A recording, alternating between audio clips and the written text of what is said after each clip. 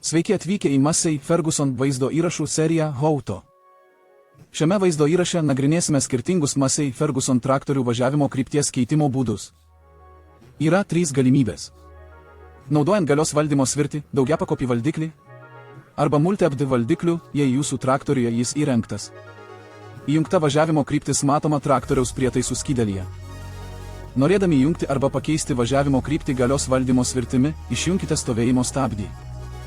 Norėdami įjungti važiavimo į priekį kryptį, pakelkite ir pastumkite galios valdymo svirtį į viršų. Traktorius pajudės į priekį.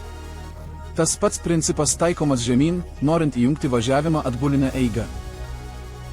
Kryptį galite bet kada pakeisti pastumdami svirtį į priekį arba atgal.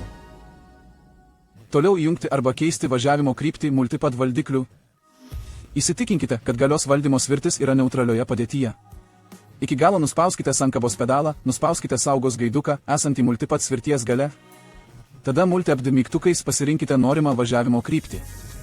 Veiksmui patvirtinti pasigirs garsinis signalas. Atleiskite saugos mygtuką ir sankabos pedalą, kad įjungtumėte pasirinktą kryptį.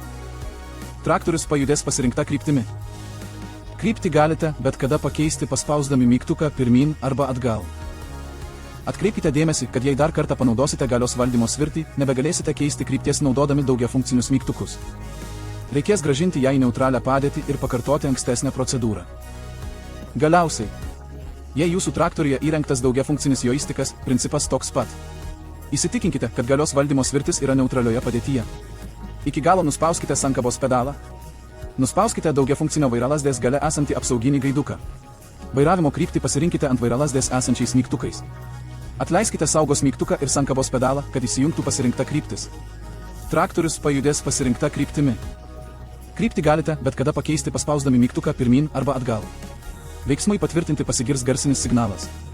Atminkite, kad jei vėl naudosite galios valdymo svirtį, nebegalėsite keisti krypties naudodami valdymo svirties mygtukus. Turėsite grąžinti ją į neutralią padėtį ir pakartoti ankstesnę procedūrą. Dabar jau žinote, kaip pakeisti važiavimo kryptį Massey Ferguson traktoriuose. Dabar jūsų eilė pabandyti.